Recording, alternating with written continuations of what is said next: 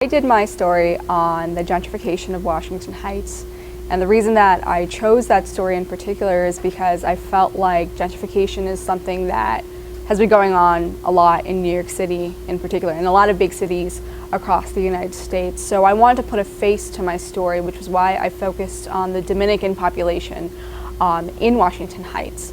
I think Washington Heights is synonymous with the Dominican population, which is why I chose them in particular. And you know, I'm a New York City native myself. I grew up in Queens. I'm from Jackson Heights, Queens, and I kind of realized that, you know, what's going on in Washington Heights is really what's been going on all throughout New York City. So with Williamsburg, with Harlem, and now Washington Heights, which is why I chose that in particular. I thought it was an important story because I think the Dominican population is a working class community, and that's a word that, you know, I've sort of come across throughout my research with this story.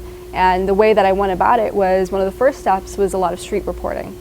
So I'd only gone to Washington Heights a couple times before I started researching for this. And what I did was I figured out where Washington Heights was exactly, and it's 155th Street all the way up to Dyckman, which is uptown. And I just kind of walked around and I just saw what the neighborhood was like. So it was a lot of mom and pop shops, Spanish everywhere, a lot of loud music. It was awesome, it was great. And it kind of reminds you of what New York City really is. It's a city of immigrants, and it was nice.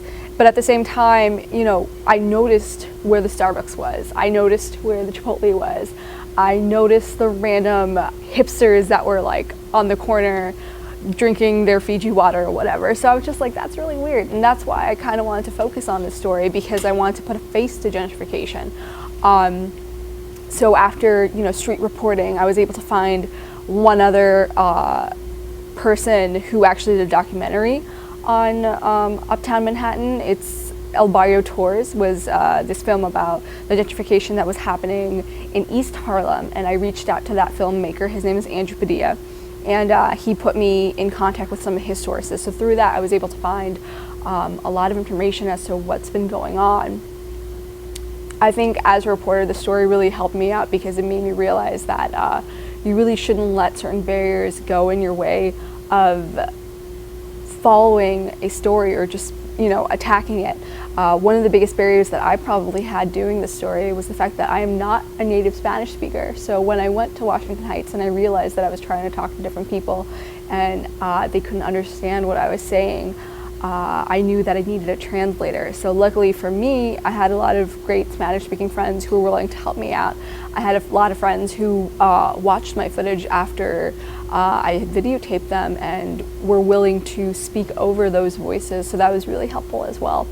So, you know, this was a great project overall, and I think it's important because I think people should understand that, you know, New York City isn't what it once was. And I think, you know, I guess I'm not supposed to put in a personal opinion, but it's not fair that people who were once living in a community are not given the voice that they should have as to what's been going on in the community. At the same time, you know, some of the other opinions that I had in my story is that, you know, people have the right to move wherever they want.